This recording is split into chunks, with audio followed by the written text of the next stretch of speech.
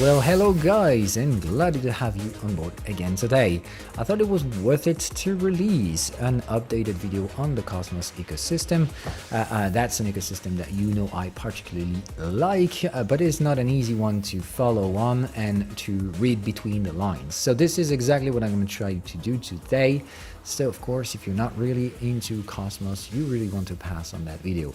So this is kind of a follow-up from the videos that we've made previously. So I'm gonna go real quick on some of these assumptions that we've already greatly detailed. So in that perspective, you know about the cyclical nature of Atom token, which is our big representation in the Cosmos ecosystem. It's not the only one, and we're just going to sum up the core messages. So this is basically the early area, early dev, in which basically there were just a parallel blockchain not intercommunicating with each other and stuff like that. Then came in the IBC introduction, in which those blockchains starts to communicate. We had kind of a first generation of mechanism called the airdrop, which has been some kind of a redistribution of capital for Atom holders, in which earlier chains have been distributing significant portions of their initial supplies to Atom holders. This was kind of the easiest way to distribute value back then, and this is kind of airdrop V1. So first cycle was basically parallel building, and then we connect things together, and here comes the first bull cycle. Then we've seen that there was the first accumulation cycle following up, in which this mechanism evolved. So out of this second kind of snapshot area, which means the airdrops are distributed on a distribution phase, and it generally creates a lot of tractions from retail traders, like, well, free money, and in order to do this, just have to get this token or whatever. So they're just stupidly buying. But the mechanism is really rewarding those who take appropriate amount of time to understand how this ecosystem works, how it orchestrates itself, how it evolves. And those who do that well will be retributed directly or indirectly, mostly indirectly in the Cosmos ecosystem, and mostly through the forms of airdrops. The valuable ones are the ones we need to pay attention to, because of course, just like many ecosystems, airdrops are mostly bullshit, meaning that they're just free money spent because there's no value behind it. So it is also the case in Cosmos. Lots of projects have no intrinsic value and use cases, and the fact that they're airdropping their tokens doesn't mean that this has any more value. It's really like a worthless thing that you rather like to sell, as long as it's worth something before it goes straight down to zero. But the thing is that you don't mix things together. There are intrinsically crazily valuable tokens that will be airdropped to you if you're smart enough to understand how to maximize the airdrop retention that you might get, because each and every cycle evolves in its nature. We've seen, and we discussed that into detail in the previous video, that in a second generation airdrop, there was a new mechanism introduced. Like, you don't just delegate to atoms, to your atoms to get eligible for the tokens. There is an ecosystem now in which more application-specific blockchains perform application-specific activities. And in that perspective, the guys in Cosmos don't just want you to have and stake atoms, they want you to participate and get interest in the whole ecosystem. Either because you had the airdrop and you've holded the tokens instead of just selling free money.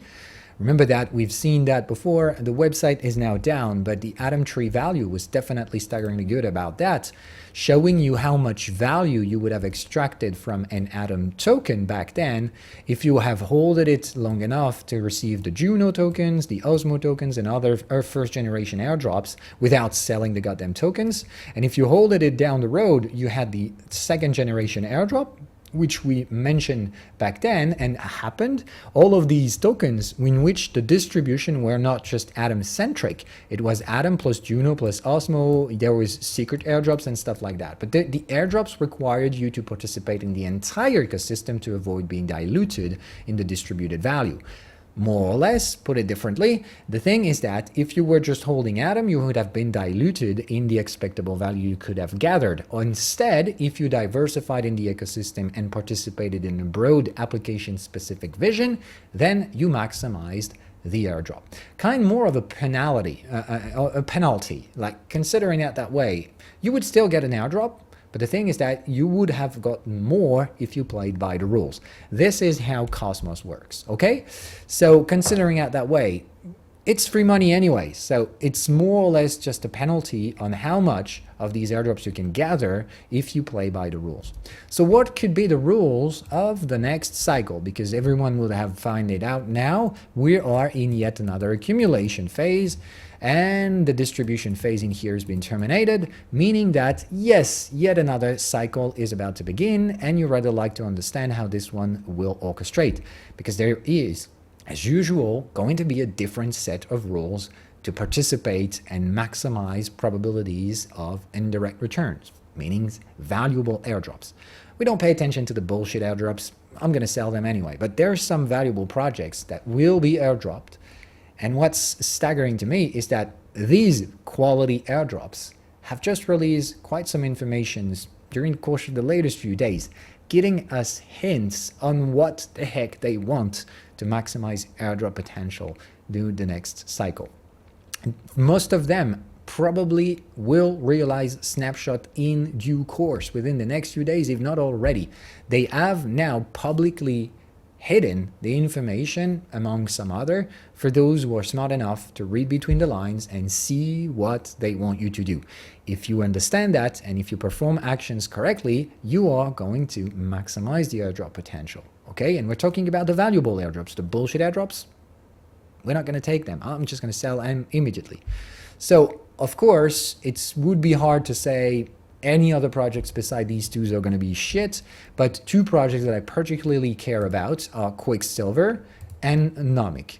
Nomic that you already know about if you've seen my previous videos on Cosmos. Nomic is going to be a single targeted bridge between Bitcoin and IBC connected blockchain. So this is kind of unlimited access to Bitcoin collateral for the Cosmos ecosystem with a highly secure tech. This is no multi-chain bridge bullshit. This is really some staggeringly good project in here. The second one that I particularly care about as well is Quicksilver. And as you can see on Cosmos Pug, they have just updated informations recently. And what's staggering is that both of them tend to have the same discourses. This is the reason why I'm recording that video today. So if you've missed that information, you'd rather like not to. So here it is. The new things that they said, you should read the entire Medium article because it basically is very interesting. On this one, it will show you, oops, sorry. So yeah, read this Medium article because it's a quick sum up on how this project works, what it intends to do. Like we said, the good projects are the ones that serve true utility. Application-specific blockchain just can't be yet another sovereign stuff or whatever. It has to serve purposes on these early stages of maturity. So this one definitely counts as having hell of an utility in the entire ecosystem with lots of complex interactions with all of the core existing blockchains. So I sincerely invite you to read this one. So this is one of the latest Medium article that they've released under their Quicksilver Zone channel. So the thing is that particularly what gathered my attention is on the airdrop module stuff. They tell us that over 50% of Genesis supply will be going to airdrops, which is, of course, significant. The second factor is that at Genesis, they will be onboarding the Cosmos Hub, Juno, and Osmosis. They will be the first available blockchain for this liquid staking services. So that means Cosmos Hub, Juno, and Osmosis delegators will be the one targeted by the initial airdrop. Just like every Cosmos chain generally has high inflationary perspectives on the earlier stages to incentivize stabilizing the blockchain and different market participants to stay there rather than just going in and out. So the high inflationary early stages of the blockchain will definitely favor the blockchain that will be onboarded first, meaning that the Cosmos Hub, Juno, and Osmosis delegators will have kind of a promo on the fact that they will be the first one to be delivered with their airdrop at Genesis, okay? What they said is that, of course, eligible stakers of other chains will receive the airdrop as they get onboarded after launch. So definitely this is going to be a wide airdrop that will go sooner or later through the tiniest blockchains, and they will all be eligible. The thing is that, of course, they will be onboarding the most liquid and bigger market cap chains first, and then we'll scroll down the sets in order to include anyone who wants to. Though the thing is that, of course, with this high inflationary early stages, the blockchains that will come out first rather than later will be the ones that will be more rewarded at some point. So there is going to be like a degrading gradient of airdrop mechanism onboarding as the time passes. So this is one very important factor. It will distribute hell a lot of value toward many projects, but of course being among the first ones will be kind of an advantage in terms of proportional distribution. The second thing that really caught my eye, and this is really the one we're talking about today, is the fact that this is not just anymore about just staking and staking to multiple blockchains, though basically it's not about the Cosmos Hub only, which would be number one mistake. It's not just about delegating to multiple chains either now, which would probably be the number two mistake that people will do in the next cycle.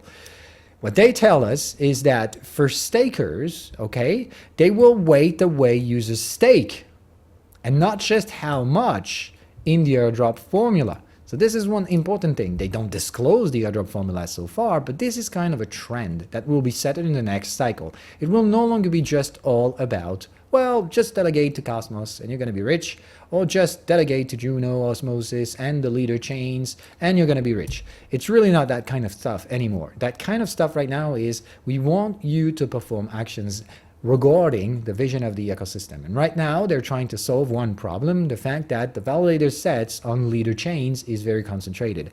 And they have been complaining about it for quite some time now. As usual, just like I say, inflation is a mechanism to incentivize action, to let you do some things rather than other. High inflation on the early stages of Cosmos chain is not meant to destroy value. It's just meant to incentivize users to stay in rather than playing and gambling on the token prices. It's a punitive mechanism for those who want to just trade the tokens instead of just holding on to them. For those who have value, of course. Those who are worthless with high inflation, they'll go to zero in an instant. Okay, so now it's all about that. Weighing the way users stake. So the way users stake, what does it mean? Okay, so I'm going to be straightforward because there's been some side communication about it on some Twitter spaces or so on. So this has been clearly known by market participants and core traders in the Cosmos ecosystem. But I think now the message is clearly sent to the broader community. If you don't get that message, you might be among the one that will have kind of a penalty on the next round of airdrop. So here's what this is going to be all about.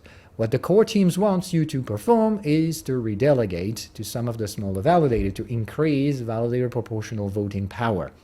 What they want is to create some kind of a formula. I'm hardly knowing anyway on how they will do it, but I have kind of a hint on the best possible way to incentivize users to redelegate to smaller validators in the set without necessarily making this the Wild West in which people delegate to shitty validators and so on. So they will have to find a smart way to put it into motion, and this is the way I think they're going to be doing it.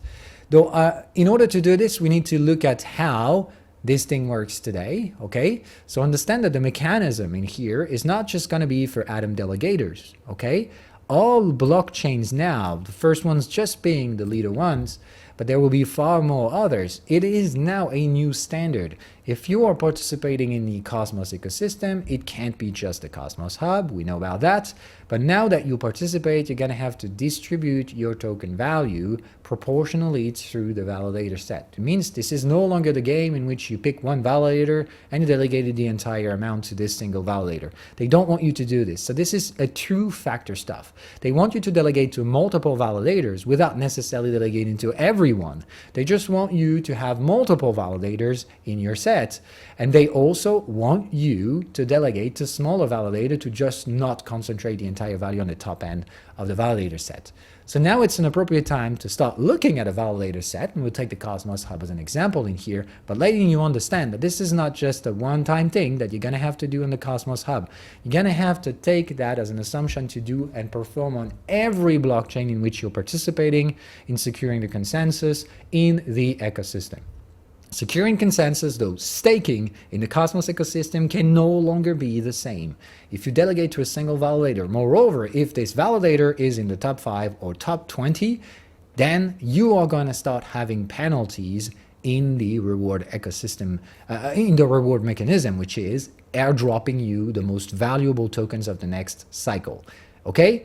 Among these tokens, Nomic and Quicksilver definitely are two of the most attractive ones in my personal opinion. So listening to what the goddamn teams are telling you to do is crucial to me. Otherwise, penalty is definitely going to happen. That doesn't mean you're going to be deprived of the airdrop. Definitely not. This means that you're going to have more penalties rather than people who will follow the guidelines. The guidelines are clear. They are clearly stated. They want you to redelegate. So here's what a validator set looks like, okay? So that mostly depends on the blockchain itself, but in here in the Cosmos ecosystem, the Cosmos Hub has 175 active validator and 430 validators. So 400 people look at the consensus and just look at how the consensus is made. Is the block valid or non-valid? But only 175 are actively voting to make that block accepted as the truth. And of course, they get rewarded for this. So remember that, we've mentioned that before, and it's important for you to understand this. There is an unlimited numbers of validators in Cosmos. Everyone can participate in the consensus. The mempool is accessible to every fucking one. It's a public mempool. The thing is that only a defined number of validators can participate in producing the consensus with others, to producing truth, okay? So, of course, this number may vary in time and may be increased with the Cosmos SDK future versions, but this is also a number that is limited, okay? You have to understand that the drawback of Cosmos instant finality is that if you increase the validator set more and more, it also increases exponentially the number of communication that must be provided between the validators to reach out that consensus. So we cannot rise the validator set infinitely to 1,000, 2,000, 10,000, just like AVAX has been doing by making some other counterparty trades and some trade-offs for this. So the trade-off in Cosmos is we are limited intrinsically by the number of validators. So having validation power concentrated in just a few validators is a problem for Cosmos, and this is the problem they're willing to tackle. So I wanted you to understand that first. Now, what does that mean? That means that they want the validator set redistributed voting power to be as wide as possible to avoid being called a centralized blockchain. Okay, so in that perspective, here's what the validator set in the Cosmos ecosystem looks like. And definitely, as you would see immediately, the concentration is very high. We're reaching out 33% of the cumulative voting share power by just 6 validators. So goddammit, yes, of course, this could turn out to be a problem. That means that all of these 6 guys could eventually collude to stop the blockchain. Like we've already said, it makes absolutely no fucking sense to do such a thing. Validators are making so much money by just playing by the rules. That would be stupid to just shot a bullet in their feet by just trying to stop the consensus. They can't cheat. The truth will always be found. Okay, you can't cheat with blockchain, but you can temporarily stop the blockchain. That's the only thing that can happen with Cosmos chains. Okay, no one can settle for putting a wrong truth. But if you have more than a third of the validator set disagreeing with the so-called truth, then the blockchain stops. So the only thing you can do by colluding with 6 validators in here would be to stop the blockchain. It would actually require the 7 ones to be in here. So right now in the Cosmos Hub, if these 7 validators were to collude, the only thing they would do is stopping the blockchain for a limited amount of time until we figure out the truth, flush out of the way all those who've spread out bad, and then, of course, start all over again. So you have to understand that whoever cheats in Cosmos will be visible. We'll know who cheated and who didn't, and those who cheated will be put out of the validator set forever. So understand it that way. There's so much to lose by doing this, so it's never going to happen. Okay, there's no more secured blockchain here and there. They're all equal. They're never going to be broken. That being said, it doesn't mean that there's nothing to do about it. We can still make it better. So in that perspective, this is what they're doing. What they're wanting you to do is, if you're delegating all your tokens to a single validator, which most of us are actually doing, me included, then that's not the message. We don't want that anymore. We want you to delegate to multiple validators. Moreover, there is kind of a moral sense standard that installed itself in the Cosmos ecosystem. It is that there is the top 5 and the top 20 that acts like natural frontiers. So considering it that way, if you were currently delegating all your stake to a single validator that is in the top 5, if you put it out on the 1 to 10 scale on how much penalty you will probably take on the next airdrop season, you would be at 10, okay? Because like we stated, there will be 2 mechanisms to understand. How many validators are you delegating to? Okay, the diversification of your validator set choice. The second factor would be how high in the validator set are your validators. These are 2 forces that will combine to create kind of a 0 to 10 scale on how much penalty you'll take, okay?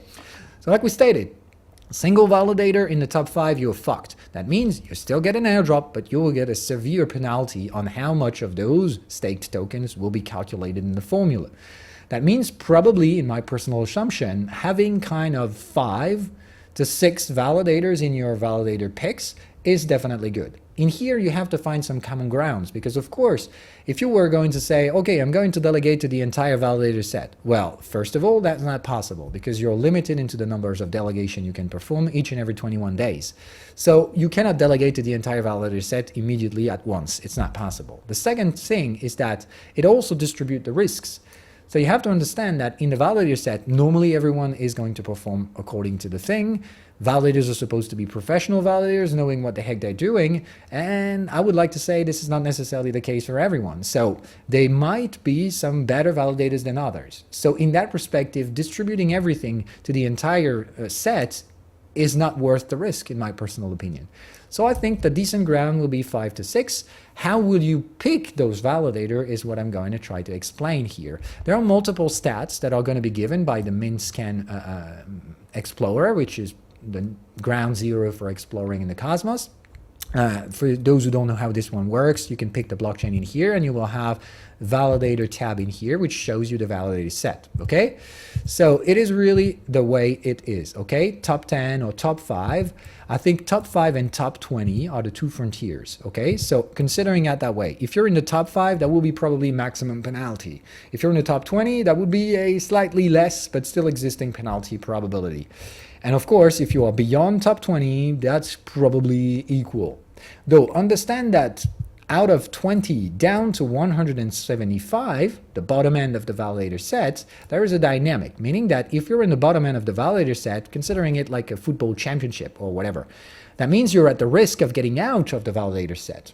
And there is a 14-day period to redelegate. That means that if you just delegate it to a validator that's getting out of the validator set, you're going to have to wait 14 days to get your tokens redelegated again. So that's 14 days of reward that are lost. Though you definitely don't want to target the lower end of that curve, because this is where the risk of being pulled out of the active validator set is. Your tokens won't be lost. No one's going to slash you or whatsoever. If you get out of the validator set, you're just losing the day-to-day rewards.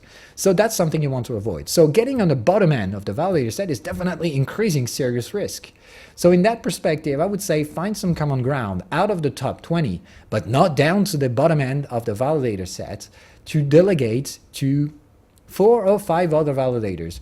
I definitely strongly incentivize you to concentrate validator power into one validator that you know about. In my personal opinion, I definitely work very closely with Citadel and I know how professional they are. So this is the reason why I still hold a significant portion of my delegation into their nodes.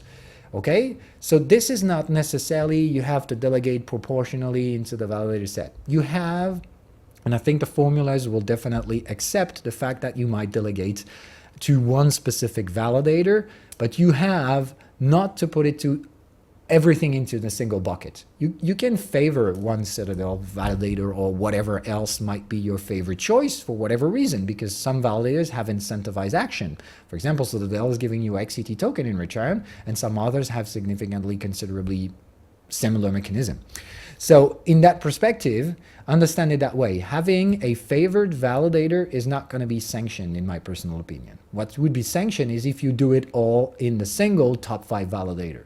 Though having multiple validator with a weighted representation on how much of your share of validation you're delegating to them. What I have personally opted for, and this is just my personal choice, is to go with a logarithmic decay curve, meaning that I have one validator which has a significantly major share of my delegation. It is Citadel 1 on my personal case, can be anyone else's for yours. The thing is that then I have a decay curve, meaning that my second validator has, for example, I'm currently like 60% one validator, something like 20 and then 10 and a set of 5 for the remaining ones. So I have multiple validators, and the lower I get in the bottom end of the validator set, the lower the exposition it is. Remember that I am a risk manager. So the bottom end of this curve is where the risk stands. So the closer I get to this end, the lower the exposition I have, so that if for whatever reason my validator gets pulled out of the validator set, I might lose 14 days of delegation, but I might be a significantly an insignificant portion of my delegation power. So understand it that way. That's the way to do it. The lower you go into the validator set, the more increase the risk of being pulled out of the validator set is. So the lower the delegation amount should be, proportional to the position on the set. This is the first factor on how to delegate properly and professionally.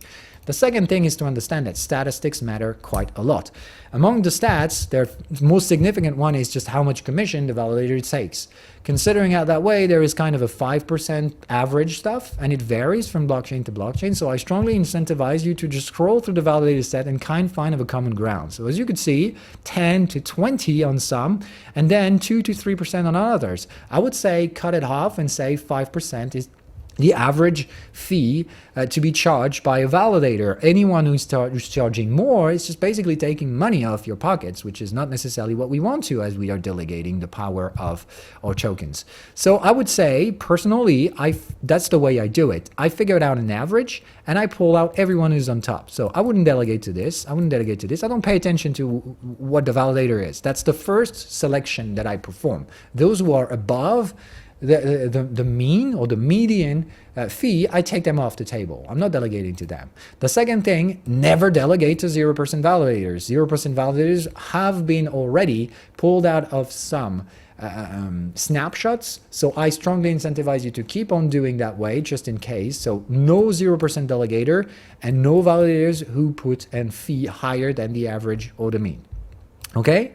So, for example, this would be okay. This would be okay. This would be okay to me. No, no, no, no, no, no, no. Okay, that's the first set of things. The second stat you want to pay attention to is, of course, this one, the uptime. They have to be logged in all the time, okay?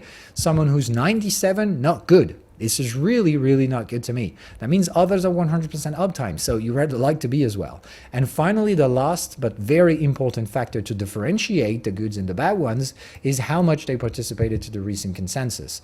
Okay, so in that perspective, these ones, for example, casted 27 on the 31 latest attestations, proposals.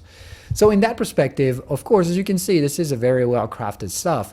These numbers are put in green because these are the ones who perform best. Of course, putting 0 casting votes on 31 means these guys don't give a fuck about consensus propositions and stuff like that.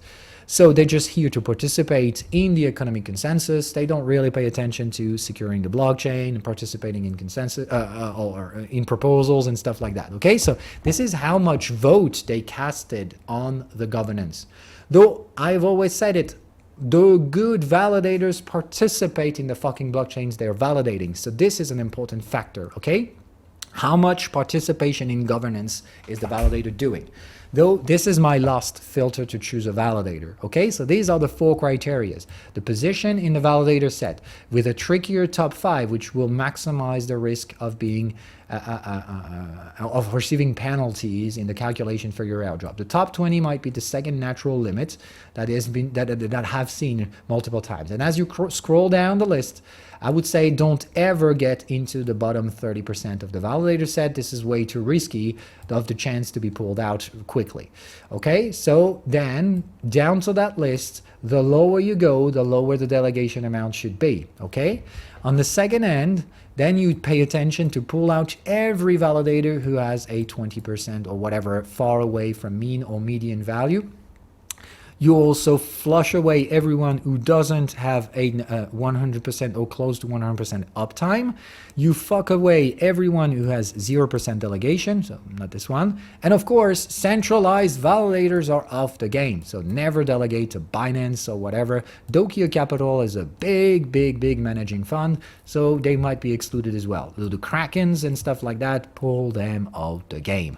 Okay, so 0% validator out, centralized validators out of regular fees out, and then, like I said, filter out through uptime and the participation in a consensus. This is how you pick a well-defined validator set. Okay, there is then a last factor that I've personally considered acting in my personal choice, is to pick all the validators that have seen from the early stages of Cosmos. I'm not on the first generation of Cosmos believers, but I'm now following this ecosystem for more than a year and a half. So there are some names that I've seen all across the game, okay? Like, for example, Game Validator's been there for a long time, Everstake as well. CK, I'm not really sure about that. Of course, Cosmos Station's been there long enough. Chorus One as the core, P2P are the core validators on this ecosystem, Certus One as well. So Figment, Phobal, these are things that have been participating in the ecosystem for long enough. So, and as you can see, generally these are the validators who participate in consensus as well. So just pull it out that way. If you recognize some of these brands of some kind, that means they're probably there for long enough. If they have all of the good stats coming along with them, then I think this is worth delegating to them. Okay, so this is the way I've personally delegated. I've gave you the number. I've opted for 5 to 6 validators in all the sets of all my Cosmos validated chains. Okay, it's not just a Cosmos centric, and you just take on Minscan, you choose whatever it is that you want to redelegate, and in that perspective, just have a look. I'll make a quick example on Osmosis, do the same old thing. You switch to the validator tab, and then you have a look at this. Okay, if your current single delegated validator is in the top 5, fuck, it's an appropriate time to redelegate. Okay, if your validator is in the top 20, which is what I recommend, to have most of your stake delegated to a top 20 validator, because this is where it's the safest. The good validators should be in the top validator set. So understand that what the guys are trying to do is not to force redelegation to the whole validator sets. It's not that. They want to redistribute so that the leading validators don't have that much share of the validating power that they have today. Okay? This is what they want. They want the value to be distributed to the downside, not necessarily having shitty validators rising up the validator set without due reasons to. Okay? So make wise choices on how you choose to delegate. I gave you the things that will help you make a wiser decision than just randomly picking those validators.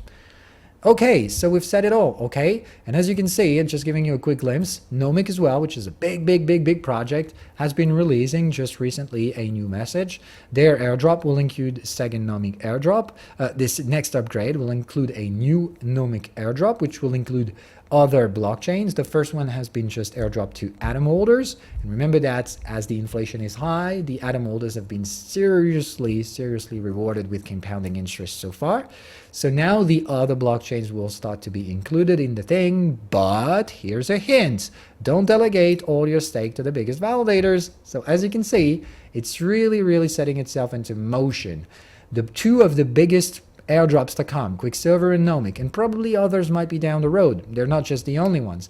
But these two leading value airdrops will, and they said it clearly, consider weighing the airdrop to the way you delegate. So not just single delegation in the top 5, top 20 is then going to make it. You're going to have penalties if you do it.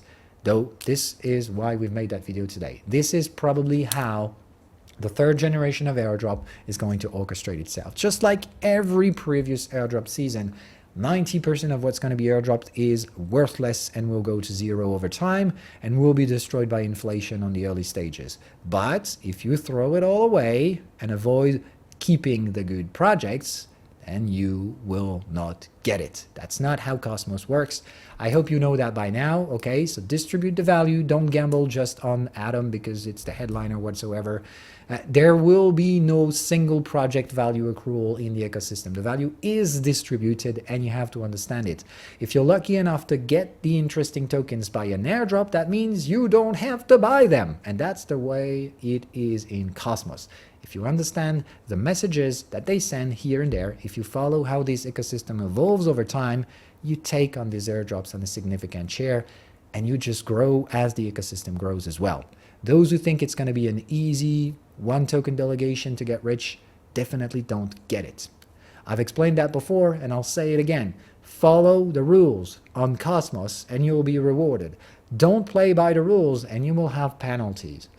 They will never deprive you from these airdrops, but you will be seriously more diluted instead of the guys who understood those mechanisms and played by the rules. So, redelegation time, guys. Do it wisely, and see you in the next video. Bye-bye.